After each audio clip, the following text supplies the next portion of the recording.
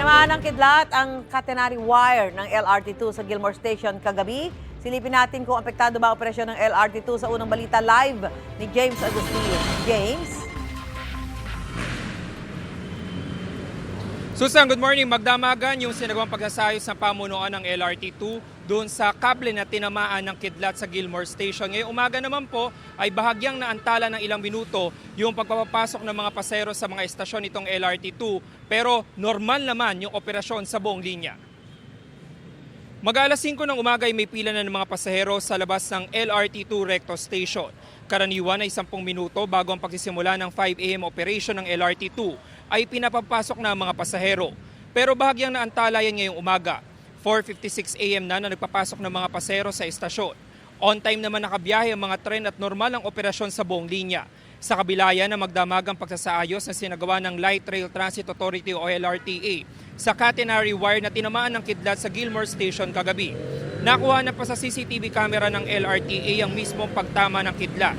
Ang naturang kable pa man din ang nagbibigay ng kuryente sa tren. Hindi raw agad na simula ng pagsasaayos sa maintenance team dahil sa magkakasunod na kidlat. Paliwanag ni LRTA Administrator Attorney Hernando Cabrera, natapos ng mas maaga ang pagsasaayos sa kable at naihabol ito sa pagsisimula ng pagbiyahe ng mga tren.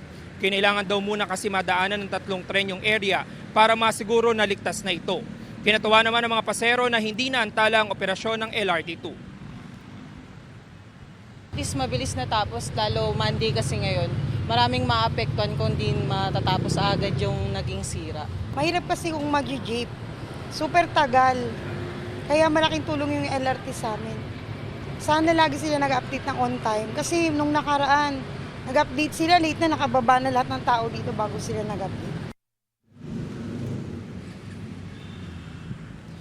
Samantala, Susan, tuloy-tuloy lang yung dating ng mga pasahero dito sa LRT2 Recto Station at wala na tayong problema na nakikita. Buti na lamang ay naihabol ng pamunuan ng LRT2 yung pagbubukas mismo doon sa pagsasaayos nung kable na tinamaan ng kidlat. At ngayong umaga po, sa impormasyon na nakuha natin mula sa LRTA ay nasa 8 tren yung umaandar sa buong linya, 10 minuto naman yung headway o yung pagitan na pagdating ng tren sa bawat estasyon.